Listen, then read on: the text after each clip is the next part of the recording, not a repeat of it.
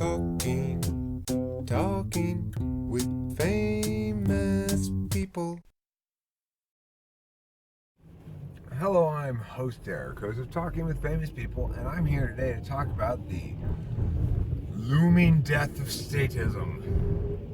Yeah. If you're a statist, as most people are, that means you are not a libertarian. It means you are in favor of communitarian, which is to say group-centric outcomes over protection of individual liberty. So, foremost, let me say that the statist model is inherently doomed to failure. And I'm going to talk about a couple different warrants why. Number one, it's doomed to failure because it's too slow. Its power exertion mechanisms are deprecated, namely legislation.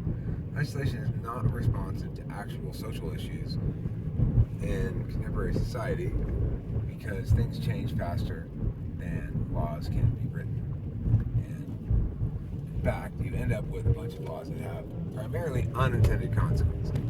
So most of the laws that are written do not, even if they do what they want to do, what their express purpose is, which many of them don't, but even if they do that, they're overwhelmed by the unintended consequences. So if you have a seatbelt law, it's only saving lives if you're not counting the deaths caused by the police, and you're not counting the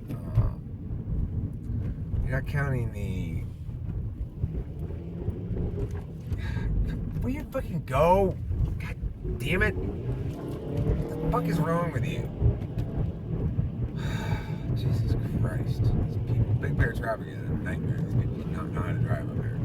Anyway, what was I talking about? Something important, I'm sure.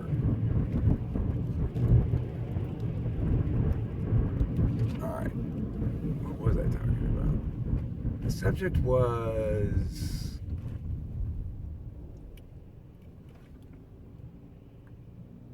Oh, right, statism. Yeah. So that's number one. Their solvency mechanism is deprecated. They can't actually achieve anything with legislation that's of value. So they rely on puffery to sell it still, and it's still sort of working, but not really. Okay, problem number two. The ability of government to function requires individuals to accept the notion that some other individual is more empowered or entitled or able or capable or trained or expert enough to tell you how you ought to live your life. Now, of course, that statement is not true if and only if the issue at hand is the violation of individual rights by another individual. That's what government should do. Our government should be making decisions for you if you are violating the rights of other individuals, because then, in that context, you are not fulfilling your basic duty as a citizen to respect the rights of others.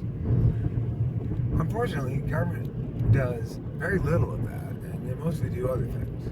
Now, there's an additional job of government, which is to provide things like roads and to deal with our infrastructure-y stuff that is unavoidably the domain of government for a couple of reasons. I also would say environmental regulation would constitute an appropriate domain of sovereignty for governance, because obviously air doesn't stay on your property, water doesn't stay on your property. So it's a shared resource that we have to take care of it.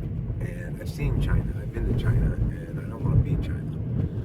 Okay, so that's the reality about the state, is that because the state is engaged primarily in rights violations rather than in terms of rights protections, they run afoul of some obvious contradictions. When the cops show up to your house and seize your marijuana, well, now they have the marijuana. Why is it okay for them to have it and not for you to have it? Well, there's no answer to that. And these sort of shockingly obvious things that run afoul of a sound model ultimately fail, and the truth wins. That's what's gonna happen.